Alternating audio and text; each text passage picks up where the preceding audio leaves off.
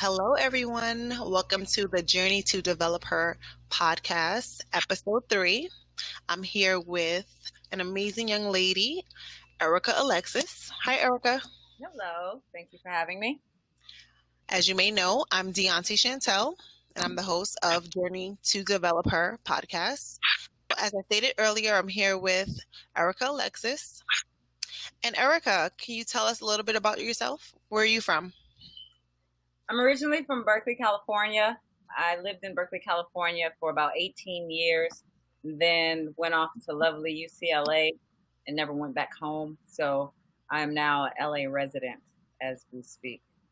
Awesome. And what did you study at UCLA? Interesting questions. I studied sociology, and if I refer back, they said, sociologists make the best developers because it's the study of people and you're developing communities. So you understand how people operate. So it was accidentally the best choice for my real estate development career choice. Awesome. How did you get started in real estate? That's an interesting question. I would say there were many starts and stops. I started from pushing paper at a lending company as a freshman in college, just didn't even know what I was doing, administrative work, to investing in my first property at 21 years old. That was back in the days when you had stated income. So I just wrote a number on a sheet, got approved for a house, and thought I was a homeowner. It lasted for about 2 years, and then 2008 happened, and we all know what happened that year. So yes. I ended up 21 with a foreclosure on my credit, scared of real estate, took off running, sprinting full speed the opposite direction, and didn't come back for about 6 years. Oh, wow.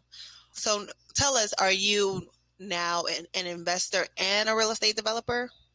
Yes. Okay. Yes. Awesome. So I am both. On the investing side, I mainly invest in construction lending, construction loans on single family residence, just because the margins are easy for me to get into. And then on the development side, I tend to focus on multifamily and mixed use. But with my current project management opportunity that I have right now, that's slowly changing. So generally commercial real estate development, but on an investment side, residential. Awesome. That's good to hear. So let me go back to what you first said. So are you saying you're a private money lender for single family homes? Correct. Yes. Awesome. So, that's good to know. Yes. I've invested anywhere. Like here, I would say in California, we do deals typically between 50 and 80,000, and I invest directly. And if I don't, I resource out to my friends and family and pull the funds together for the developer. So either way, but yeah, it's been successful. I've been doing that for about 3 years now. Awesome. And as a private money lender, what qualifications do you normally look for in the investor or developer? And that's a great question. I'm glad you asked. A lot of experience. I like to see their experience, their track record. And honestly, a little bit different. I like to hear their mistakes because I like to know what they learned from those mistakes, how they came out of those mistakes. Similar to an interview, you learn a lot by people's failures and how they come out of it. Those are some of the questions we ask. And then we do due diligence on our side. On our side, I say my company, is we do our own underwriting, so to speak. So you would give us the address of the property. We would analyze the deal as if we're doing it ourselves, see if your numbers are realistic, if they work, and you're able to provide, I would say, anything between a 12 to 15% return, then we lend the money. Awesome. I will definitely be in contact with you. I don't know if you invest throughout the United States, but I do have projects that I'm acquiring land for. Okay. That I will be working on in about 5 to 6 different states, we'll say. Okay. Always looking for opportunities. I'll say that. Yeah, I have them. And I wish we would have spoke prior to this conversation. It's great. At least we're getting the information out now. So that's I know. That was actually the first thing I didn't even think about because I was thinking development. I was like, oh, yeah, that's just a side thing. But yeah. Right. Yeah, that's a great business to be in, private money or hard money in some cases, lending. That's amazing. Sure. What inspired you to begin your journey as a real estate developer? Ooh, that's a loaded question. Honestly, it was a family inspiration. Grandfather moved to California from Nashville, Tennessee, on a dream like everybody else to come to California. That's like the best state to some or to many in the United States. The only difference is he came with an 8th grade education and a dream. And one skill he had was in masonry. So he built himself from bootstraps, how they say, and he was able to accomplish a lot with a little. Even though he had an 8th grade education, my grandmother had a master's degree. It was a great partnership.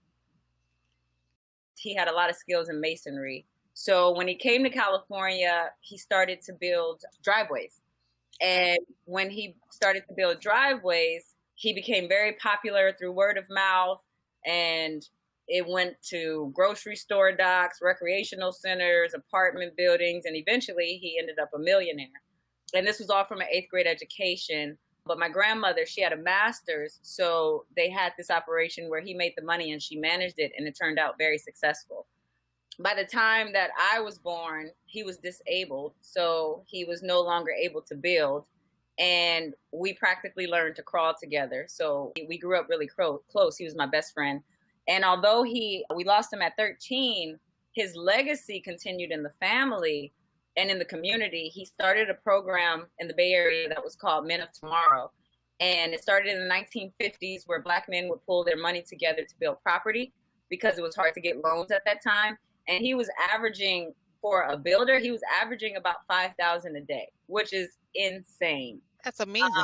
Yeah, so he was really good at his work. He teamed with other builders, with other trades, and they built all kind of things all over the town. And he started buying homes and selling them until he got enough to buy land. And the apartment building that my mother was raised in was actually his first ground up construction that he built without his construction license because he never could pass the math. And it was successful. So after that, he built 7 more apartment buildings and continued his journey. So knowing this growing up, I was privileged because I was able to reap those benefits and understand what it meant to build a legacy, what it meant to build a family off of financial stability, and what it meant to come from nothing and to gain everything. So there's no excuse of I didn't have the money, or I didn't have the resources, or I didn't excuses. Right. Every time I think of me, I say anytime I come complaining, there's an excuse because my grandfather did it in the 1950s. So he really inspired me more in the latter years because I grew to love construction. I grew to love building, and his story kind of fueled me to want to continue that legacy. And I think what inspired me the most is we lost everything in 2008 in the real estate crash. Multi-millions that my grandfather had built. We owned several homes, several apartment buildings, businesses, so forth.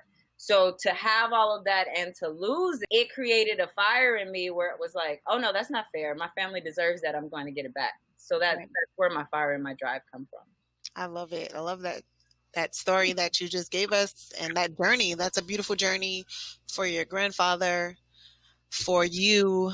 It's even for anybody, especially now in 2020, there's no reason why anyone should say, oh, I can't get started because of X, Y, and Z. Exactly. There's no excuses. We have too many resources. Too many. Like, even when I got started, I had a job, so I can say that. But my credit was bad. I didn't have any capital. Wow. But I got started. Okay. Nice. I did start out as, well, initially back in 2011. I had just graduated from undergrad, and my friend convinced me to get into real estate. Literally, that's what it was. I already had a sales background, but I was supposed to go into law. I was supposed to be a lawyer, and somehow I ended up into real estate as a real estate agent, and I liked it. I loved it. You know, I loved the culture of real estate. And fast forward a couple of years, I actually I did go back into law. I became a real estate paralegal and a probate paralegal. And I did that for about 5 years. But in the mix of doing that, I started learning real estate investments. And I learned how to wholesale. So wholesaling actually was the key to me breaking into real estate as an investor. And after a really bad wholesale transaction, I was motivated to stop selling out my communities to people that were not from my community. I was giving away all the good properties. I was finding all the good deals. I had great relationships with REO agents and banks, and I was literally just wholesaling properties to investors. And this one terrible transaction motivated me to keep the properties. I actually found a private money lender. My partner introduced me to him. He was able to give me the money so I could actually do my first fixer-upper. It was great. And over time, I got into development. But initially, my first thought of real estate was actually development. I wanted to build homes in the urban community. So that's what I'm working on now. That's just a little backstory about me. But I love to hear your grandfather's, legacy and journey that he experienced. Yeah, definitely, because I think that's what inspired kind of the core values that I use. I think they were instilled in me in a young age, and they apply to development. So Right. some of the things was you always have to own something. He didn't care what it was. You just have to own something. Right. You have to learn to be frugal, so you keep what you own. You have to have a good reputation because most of his business was built on word of mouth. Still today, real estate is built on word of mouth. Like you said, work on your credit. We were taught to have good credit, set high standards. And lastly, it's just to do something that carries a legacy of integrity for your family name. So those are the core things that he instilled in me. And I think I would probably just not have ambitions as high if I wasn't built on that foundation of love and the feeling that I was supported as a child to do anything and just to have these pillars in my background. Because you said you were supposed to be a lawyer. Yeah. When I was young, I said I wanted to be an international businesswoman, and it was a simple reason. I just wanted to travel a lot and carry a cool briefcase. So, and technically, real estate is international. Exactly. So it's still in my plans. My story, my undergrad degree is in political science. Okay. So as a developer, it's very political. Yes. And they look at my resume all the time. They're like, wow, you're a poli-sci major? Yes, I am. You have a law background because my minor was in pre-law studies and paralegal studies. So that's a powerful background to have in real estate. Thank you. Yeah, because could you not? Everybody I shake hands with is in politics. Like they're the ones approving my deals when it comes to the city planners, council members. Yeah, everything behind how to work that. Exactly. Yep. And I started a nonprofit, so it's all being pieced together. Surprisingly, but it's all being pieced together over time. So how many years have you been in real estate? I wouldn't count the starting and stopping that I mentioned earlier. So about 9 years. 9 years? Awesome. And do you remember your first real estate development project? Yes, it was very fun, very scary, it turned out accidentally becoming a large project. So I'll make this a short story, but I had a business partner at the time, and he knew my grandparents and he knew the story. And we were traveling because I had saved up about $30,000 and I was looking to invest. And he said, okay, the only market you'll invest in is Detroit and Las Vegas. So I had a packet of deals that I was looking at. I drove every last one of the properties in Detroit and I crossed every single one off the list because none of them penciled out. And we started from ground zero. But what I didn't know, and this is the power of, I think, partnership and leverage, is he had a great credit line. So the next day we had a meeting with a real estate agent. And for some reason, the agent just kept showing us all these large parcels of land. And I'm like, what is this? We're supposed to be looking at homes. And he goes, your grandfather would want you to think bigger. And so he says, what would you build on this lot? And I would say it was probably, we ended up building 60,000 square feet on it. But it was a very large lot. It was a few acres. And he said to me, he said, what would you build on this lot? And I said, oh, I was uneducated at the time in real estate. So I said, those things with the stores on the bottom and the housing on the top. He said, a mixed-use development? I said, yeah, that's it. That's right. And that was how I started. I entered my first development deal. Fortunately, it was a 46-unit mixed-use development project in Detroit. So my role in that was structuring the financing, which we secured. It was successful. And I taught myself along the way. So you definitely don't need an education to do real estate. Absolutely. No, it's literally about leveraging partnerships, like you said, being the organizer, facilitator, putting the pieces together. Because one person may not have it all together, but if you have someone with the good credit, someone with the money, someone who knows how to build or have connections to builders, pretty much have a development team. And you can consider yourself being a developer. Of course, once the project gets up and running and it's actually a successful project, I would say that's when you're a real developer. That's awesome. And I've had my main partner she basically was a female as well, and she took me under her wing, and I started doing rehabs. We're in the process of building 10 homes. Wow. In New Jersey. We're starting on the smaller scale, 2-unit houses, something easier. But one of the lots, we will be able to build about 40 units. So depending on how smoothly the first 7 properties go, that last lot is 3 lots in one. We should be able to just put a 40-unit building on it and have fun with that project. So, how are you phasing that construction plan for those projects? So to be honest with you, we'll be doing modular and pre-engineering or prefab houses to get it done. Mainly because in our market, the weather climate is really bad. We don't want to get stuck in between projects and going into the fall. Right. And a lot of infrastructure that's going up right now, like especially in the New York City area, they're all using prefab. So the high-rise buildings that they're putting up, it's prefab. Okay. My fiance is a builder, and he connected me with his old counterparts where he's from. Okay. So we have the companies that are sourcing most of the buildings in New York, and a lot of the other, I think in the Long Island area, they've been putting up mansions, literally, and they're all modular and they're all prefab. I didn't know. I was like, who knew that they did mansions? I didn't even know at one point that they did high-rise buildings. I didn't know that they did high-rise buildings. Yeah. That's educational for me. So it just saves a lot of money, just in case they go over budget. Yeah, it's definitely the future. Yep. And it definitely cuts the time. So that's also cutting into the costs. When you go over schedule, the weekly budget just goes up or brings your budget up. And it's also good for climate. You're building up parcels of a property or pieces of a property in a climate controlled environment.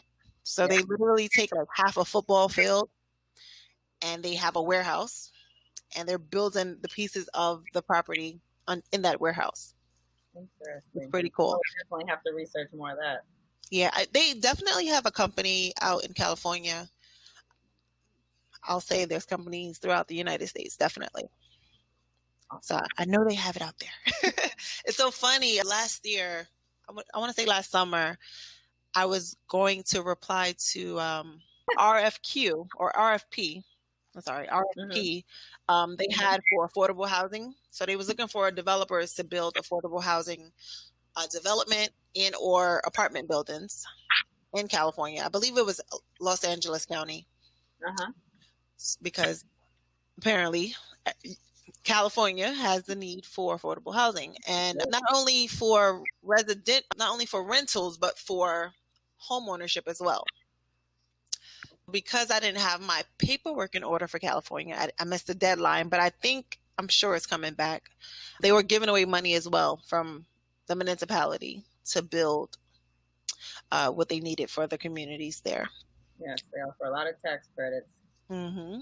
Right now, what type of development projects or real estate projects do you develop? Right now, currently, I am working in project management. You mentioned something about a job. So this is my day job. I'm project managing I'm responsible for a $26 million budget on a police facility. So it's an essential building, COVID building. But yes, and then I'm also on a smaller scale restructuring my own financial statement to qualify for another investment property. And then my long-term project that I'm working on, so I'm working on 3 right now, is that I'm building a team to develop on 50 acres in Mississippi. So I might need to talk to you about those modular homes. Let's talk. Yeah. Be an option. I meant to mention earlier that my grandmother was born in Jackson, Tennessee. Wow. Yeah. Tennessee is a great... We might be kinfolk. We might be. I'm actually putting together a family union at the moment. So there. It won't be a surprise. Yep. And my grandfather, he is from Natchitoches, Louisiana.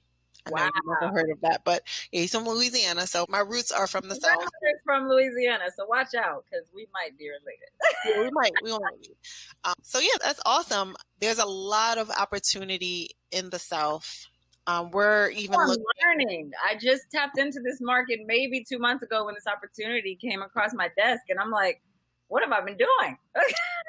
Yeah, the South, the Midwest. So I purchased two residential properties in Kansas City, Missouri, and one of the houses came with the land, and we're like acquiring about 6 to 10 acres of land also out there. It's just land and farmland and just it's a lot of stuff happening out there.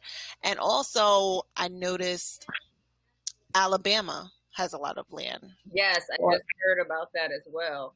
They're looking for a lot of outside investors to come in Alabama. Quick question: in the Missouri farmland, did you see a lot of resistance when you discuss the zoning? Like if you're changing from agricultural to residential, or was it kind of zoned for both? Because that's what I'm seeing in where am I going? Jackson, Mississippi. Is Right.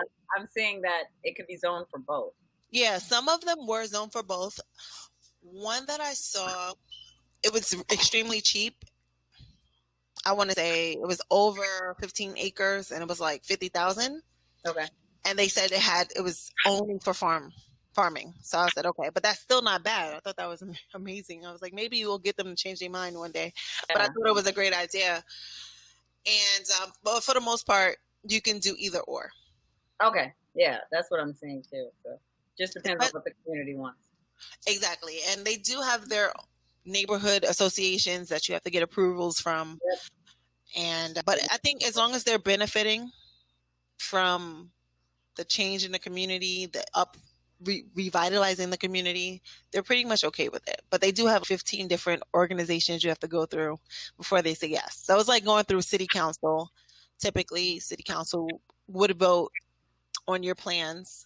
So it's very similar. Awesome to know. Yep. Yeah, we'll definitely talk about that in further detail. Why do you think mindset is important? A good mindset is important to have in real estate development? I think you have to have a good mindset because you have to have the tenacity to persevere, right? I'm going to get cheesy here for a minute, but Les Brown always says, if you can look up, you can get up. Yes. And I believe as long as you protect your vision, you can always pivot through any situation because your vision is what carries you through. Your vision is what leaves you open-minded to think about other things that you maybe didn't think could happen in that moment. So I think as long as you have a solid vision, no matter how many times you fail, it's inevitable you're going to reach that vision. I agree 1,000%. And I feel like when God gives us that vision, that means it's already written. It's already said. We know it can happen because He gave us that vision. So I agree with you 1,000%. Yep. And I have to look into Les Brown. You're like the third person that mentioned his name this week. And I haven't mentioned him in a few years, so that was just for you. Yes. A lot of people are scared to get started or jump into real estate. Did you feel this way in the beginning? I would say I still feel fear every day.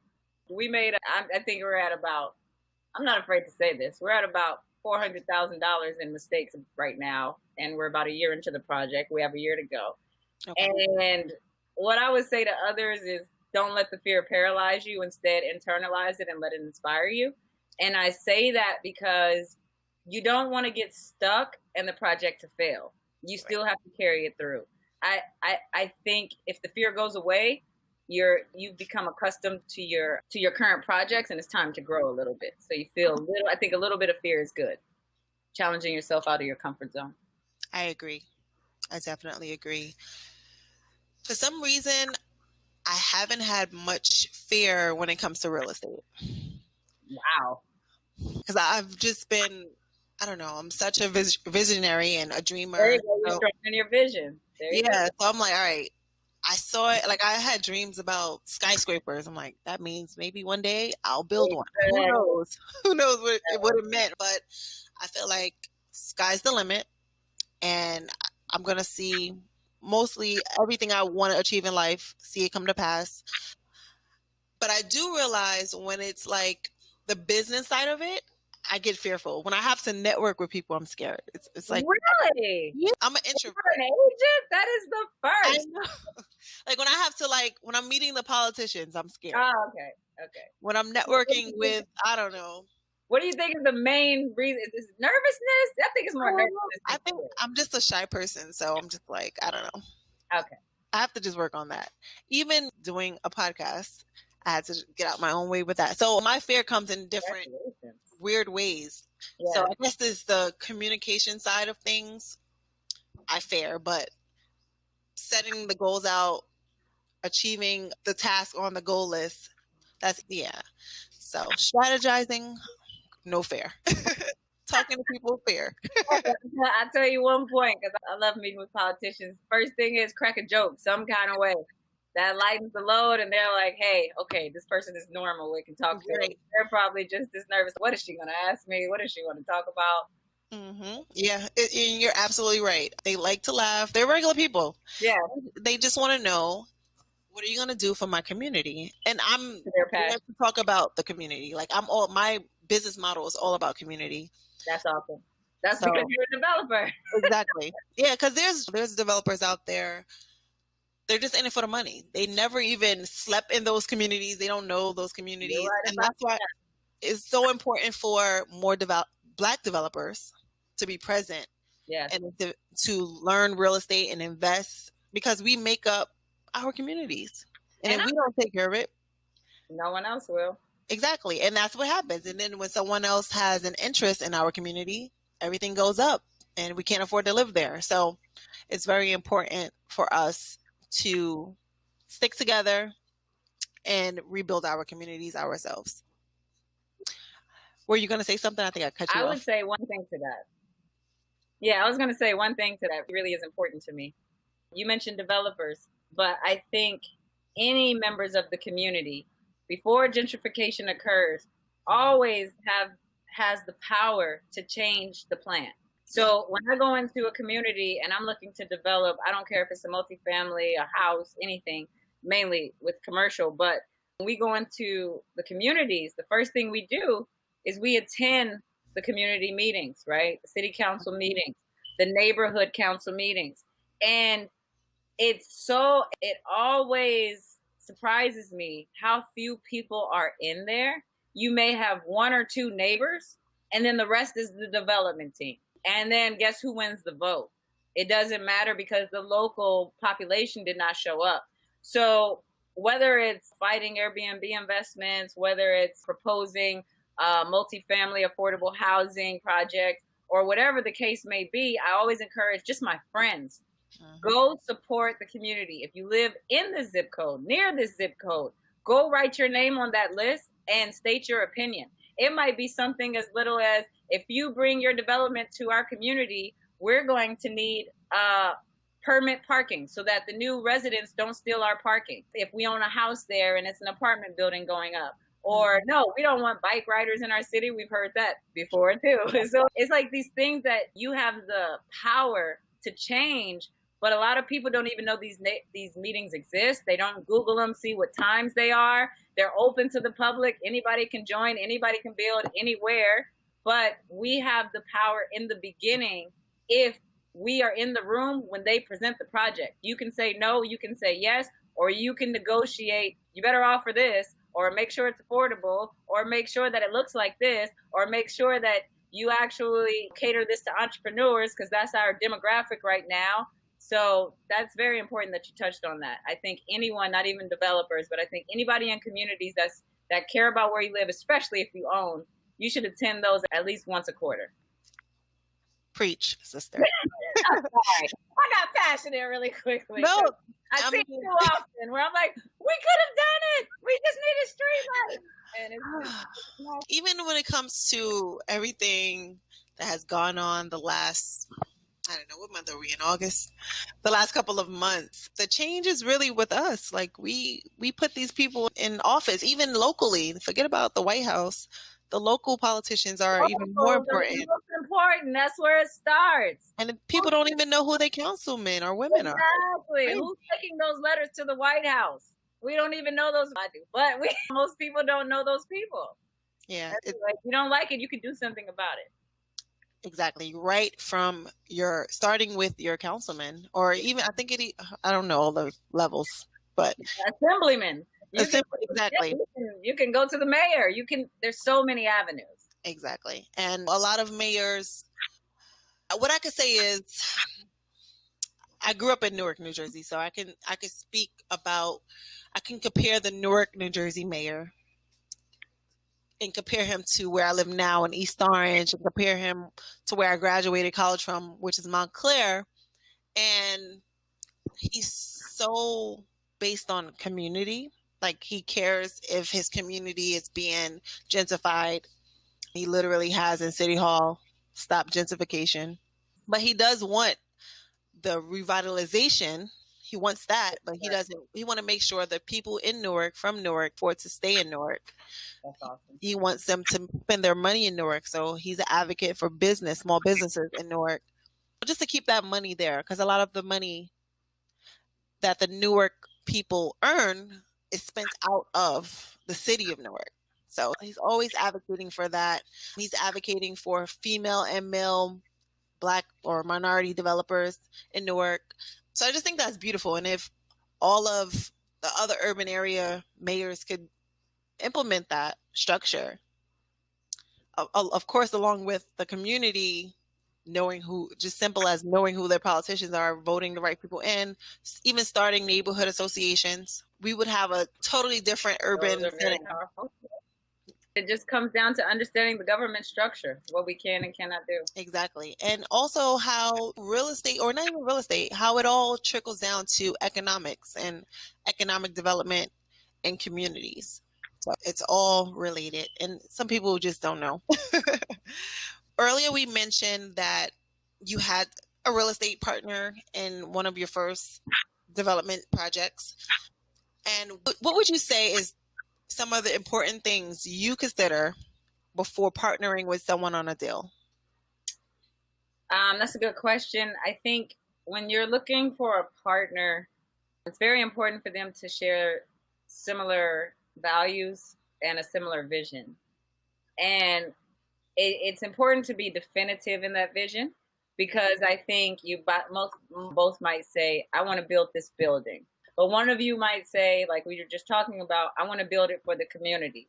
The other one may say, I want to build it for profit. Now you have a clash. So I think it's really important to understand the values of the person you're dealing with and the vision, and clarify if it's the right vision. Another thing I would say is someone who has a good reputation.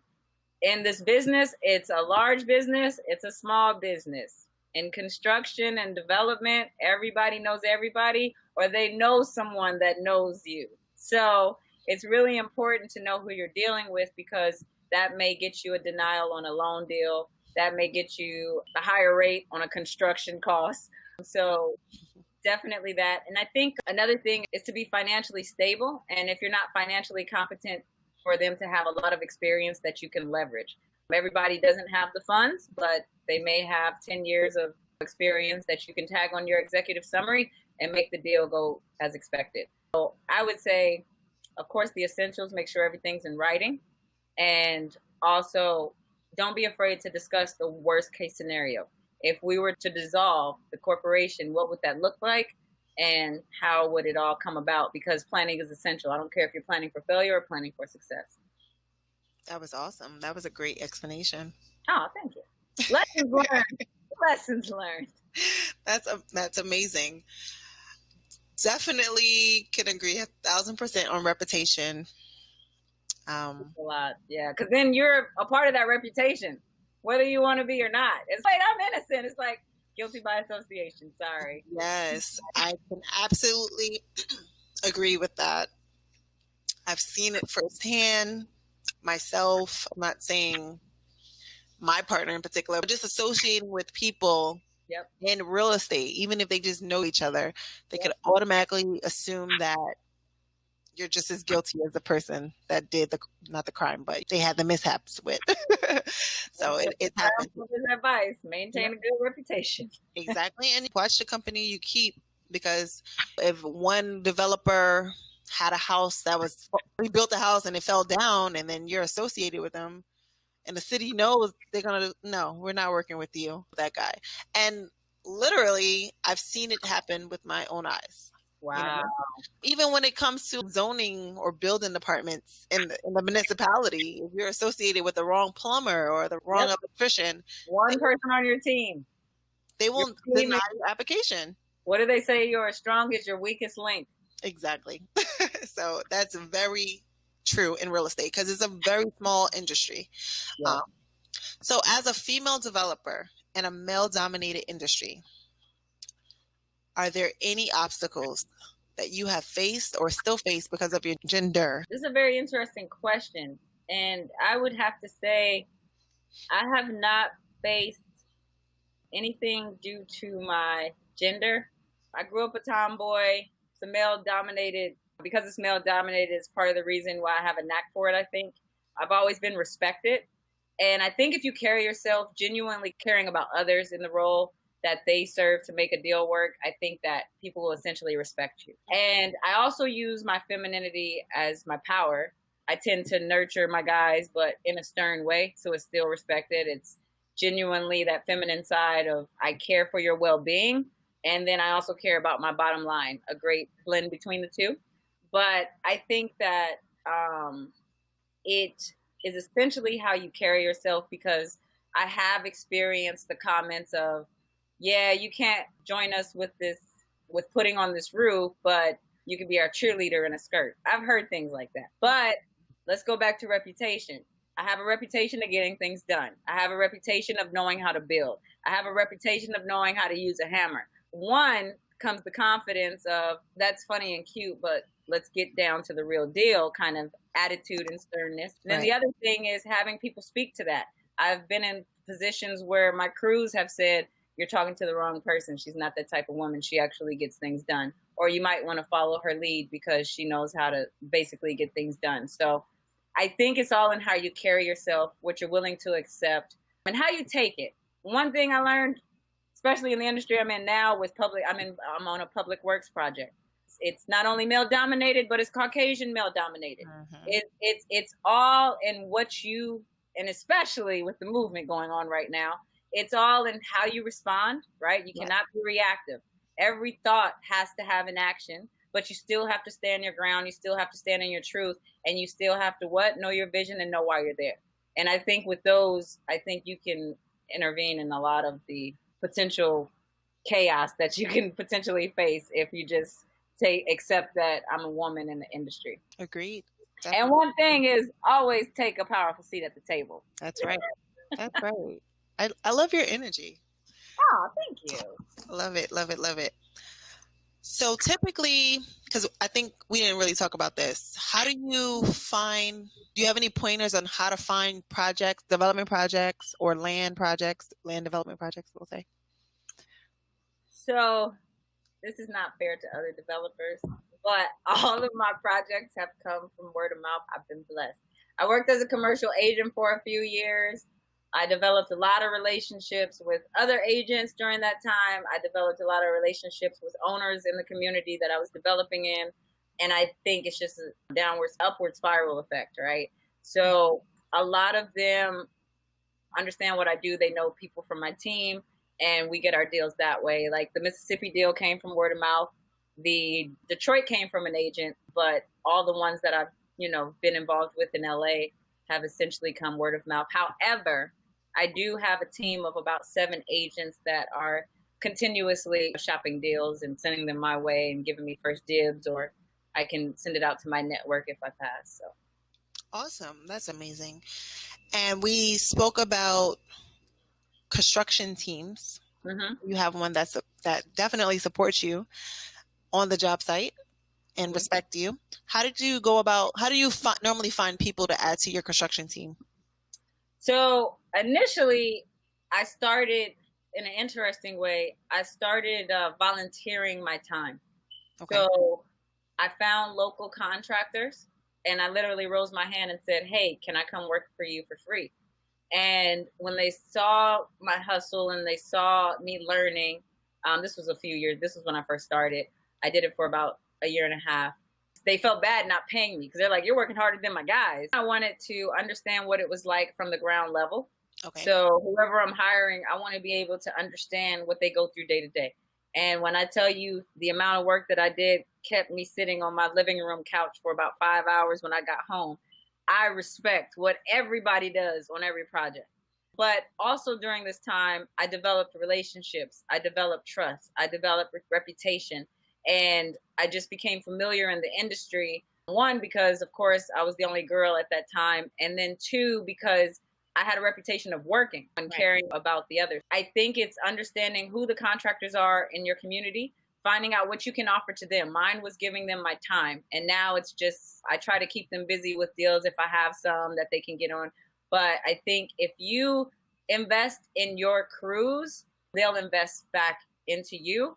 And then like minds attract, right? The crews grow and they bring people that they want to also work, and they know the mindset, and you train them as such. So you have to find something to contribute to others. Awesome. And how do you typically fund your projects? I think we spoke about you normally get other investors or people with money, private sources of money, to pool their money together?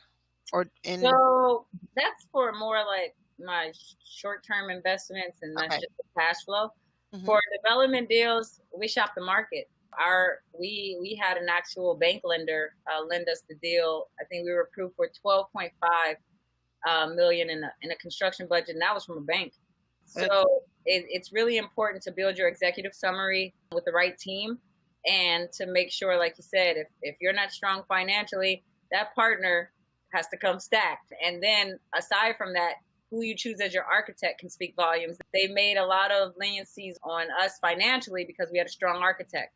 So they knew that, they had the capacity to build what we were trying to build. So I think it's really important to try all avenues. Get with lenders, construction lenders, see what they're looking for. A lot of people do hard money loans, which is fine, but in development deals, you want to go with construction lenders or construction loans that you can refinance when you're going to when you have a permanent finance deal.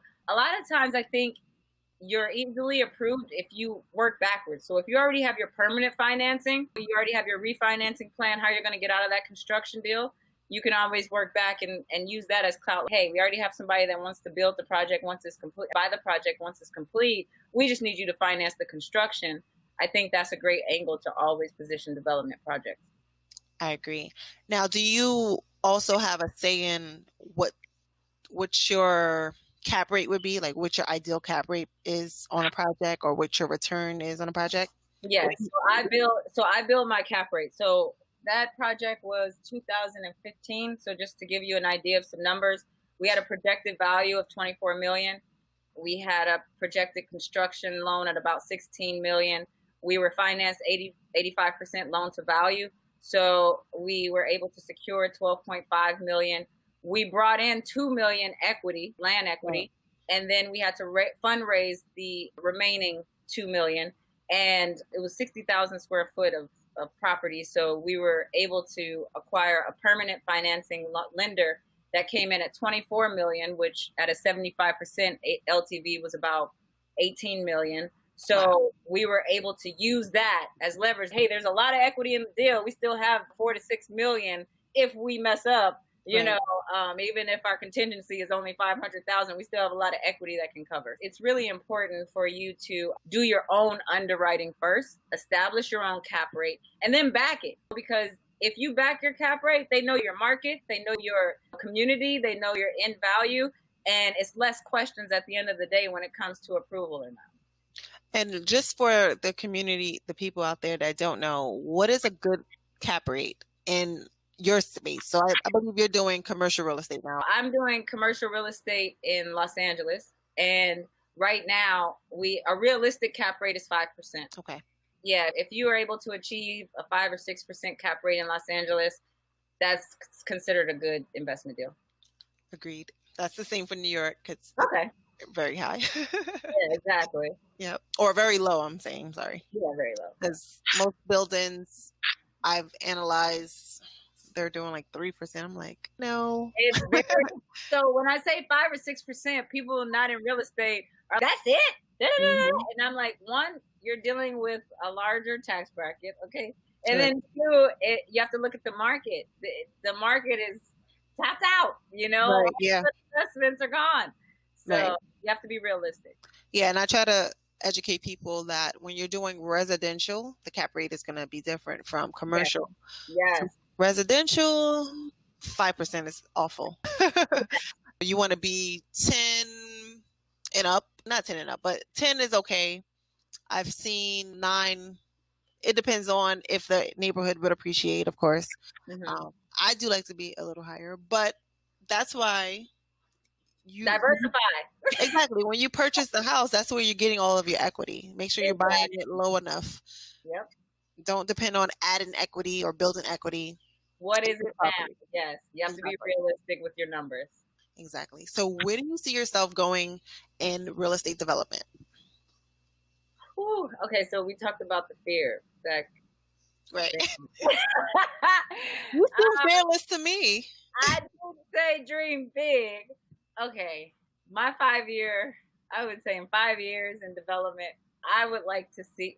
Wait, let me back up because I have a 5 year plan. Okay, Okay, what's your 5-year plan outside of my real estate? 5 year. Yeah. I would just say my 5 year plan is what we discussed, is to get this Mississippi development off the ground, have a successful project.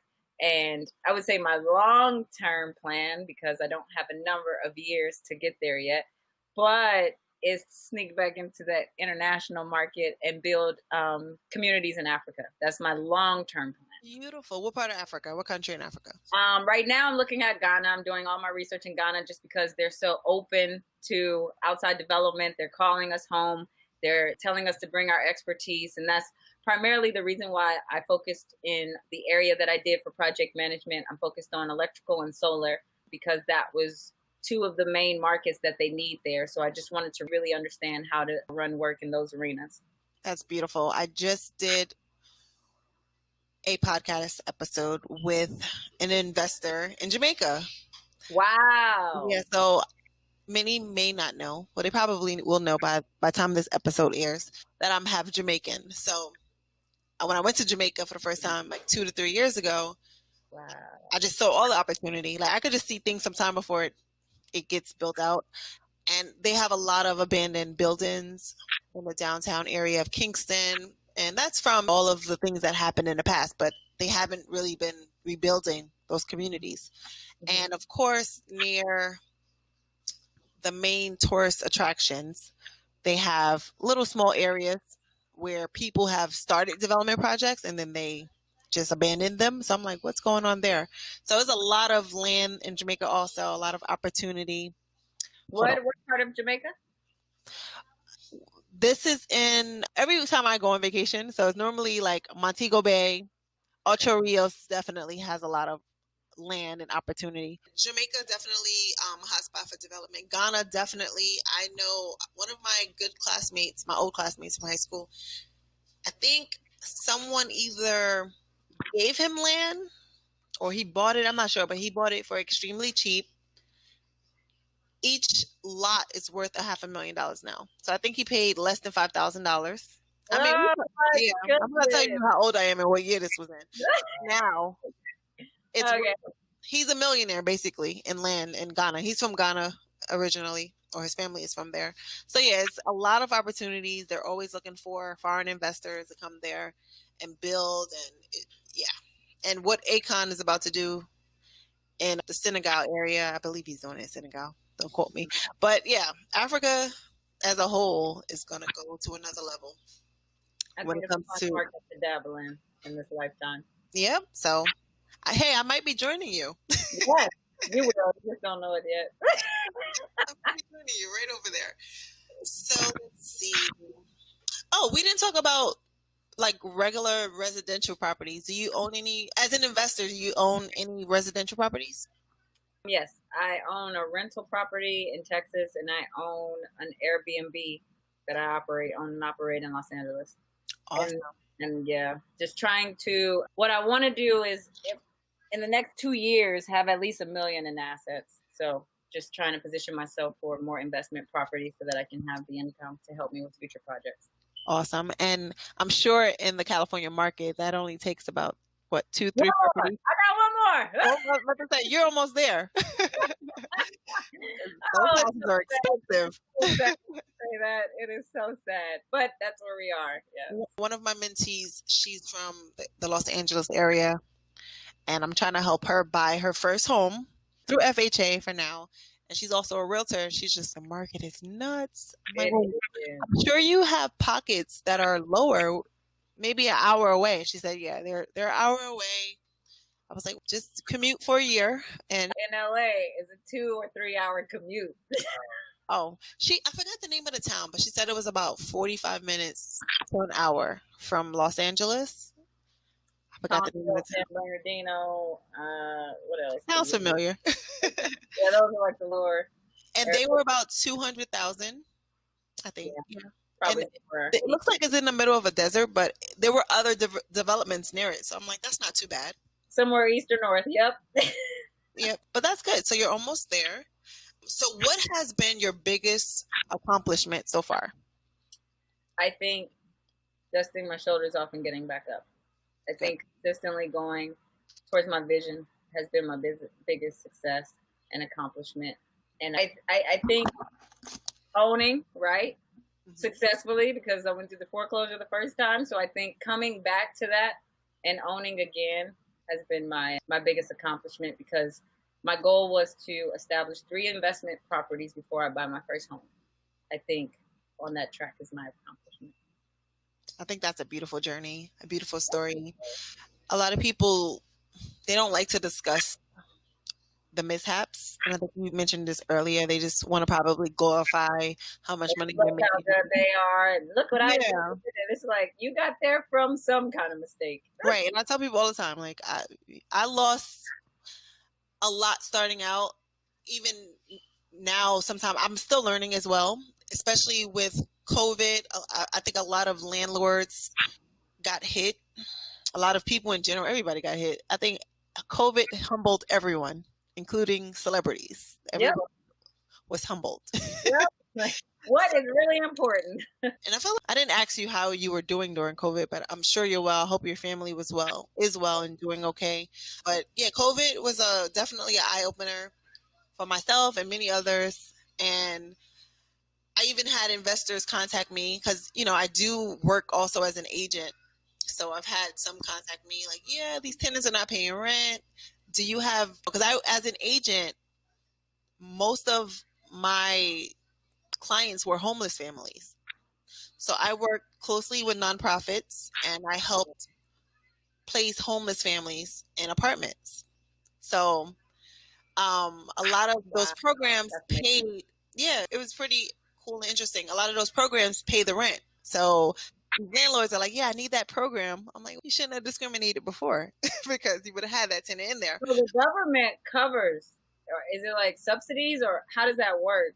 So this particular program, they used to pay the year's rent up front, which was amazing. Like literally would give you the entire 12 months rent up front. Wow. Now they're operating like Section 8 where they pay you monthly, but they'll pay you the whole amount. But after that year, that person is responsible for the rent. All of the families were working families. So I must say, some of them worked for the nonprofit.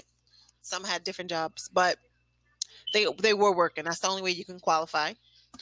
And it seems to be working okay. Some people, of course, don't uphold the jobs, but that's not a huge percentage. And then as a realtor, I've seen a lot of people just discriminating against Section 8 renters, and now they wish they had them because they're the only ones paying the rent because the government is paying it. So I wear a lot of different hats in the real estate industry, and I see a lot of things.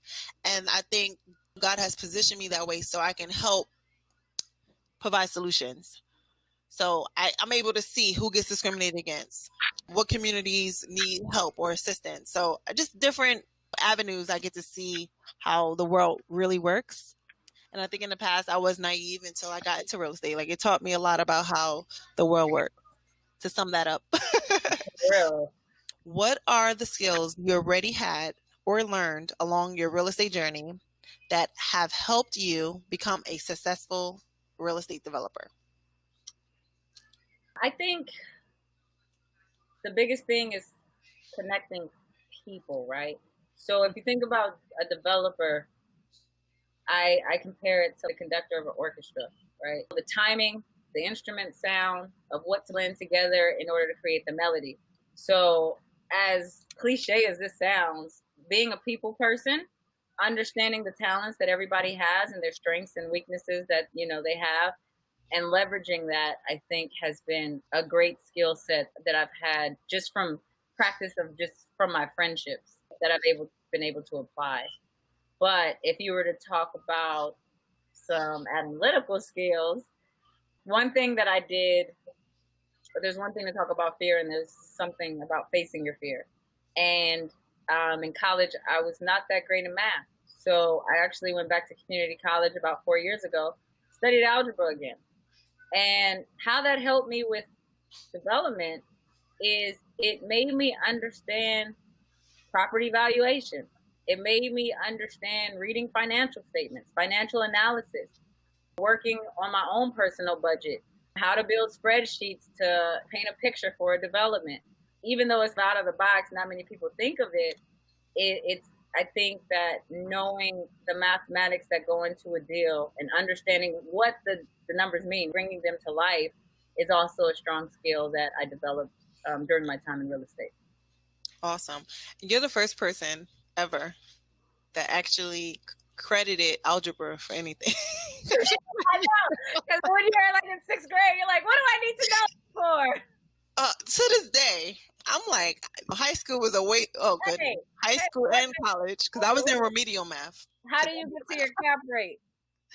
Well, yeah, no, math, basic math, but arithmetic, correct. Net present value of money. It's all algebra, future value of money. You know what? I never thought about it. See, that's how much I know about math. Like I hated it. Hated it. Right, whatever. Run project. It makes me funny. I did study for about 2 weeks until you have the drop period in college. I took statistics. So statistics is important as well. Right.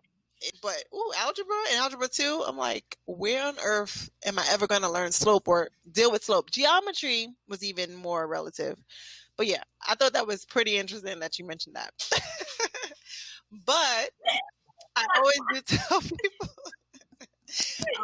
people that you need to know how to evaluate a deal, how to analyze a deal, what percentage you need to be at to know that the deal makes sense and that you're not going to lose your whole shirt in the business. Yeah. So that is important. I'm glad someone did finally credit algebra.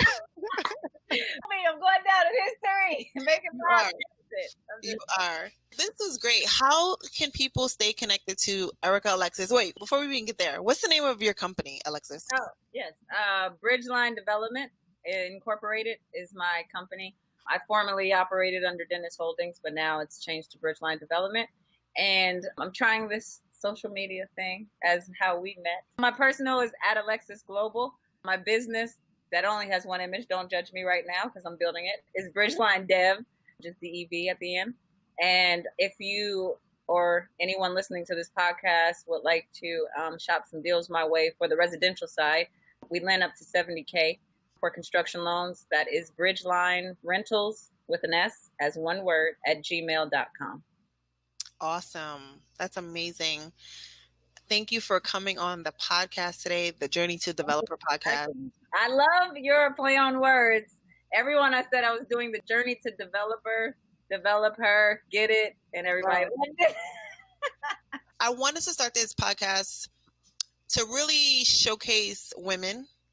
I'm probably going to have men on here in the future, but showcase women, particularly Black women, in this development space. There's not a lot of us out there. So when I saw you, I'm like, who is this lady? Even though I don't even know how I found you, to be honest. Social media works.